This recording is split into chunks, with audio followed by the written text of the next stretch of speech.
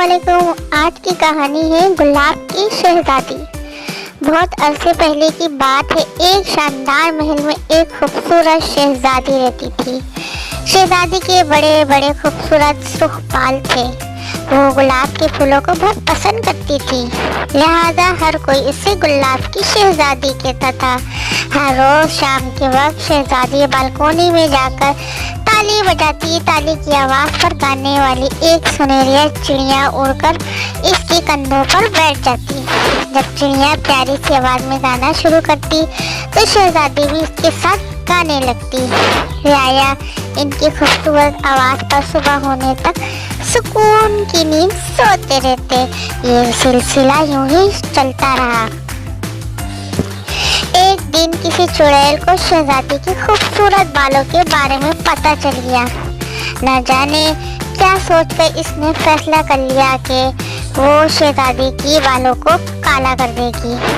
चुड़ैल ने अपनी जादुई छड़ी को इस्तेमाल करते हुए एक मंत्र पढ़ा तो शहजादी के बाल सुर्ख से काले हो गए।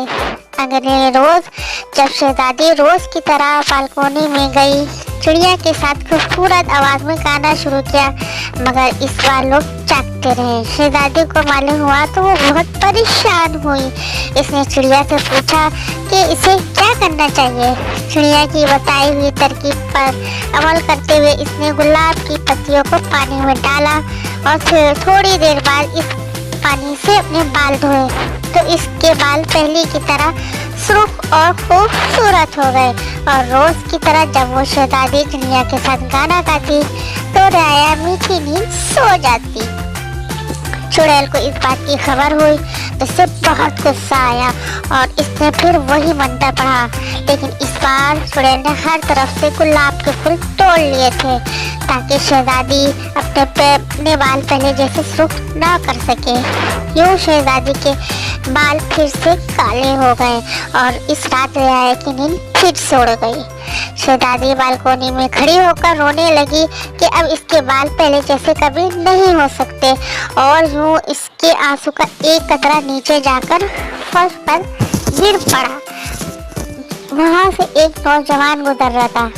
इस खूबसूरत शहजादी को बालकोनी में रोता देखकर रुक गया। इसके पास एक संदूक था जिसमें से इसने सुर्ख रंग के एक बाल निकाला और इसको आंसू के कतरे पर रखा जो शहजादी की आंखों से गिरा था। देखते ही देखते वो सुर्ख रंग का बाल गुलाब के फूल में बदल गया। शहजादी ये देखकर बहुत हैरान हुई और इसने इस गुलाब के फूल को पानी में डालकर इससे अपने बाल धोए और यूं इस चुड़ैल का जादुई असर खत्म हो गया। शहजादी के बाल पहले की तरह सुर्ख हो गए और हर तरफ गुलाब के फूल ही फूल खिल गए।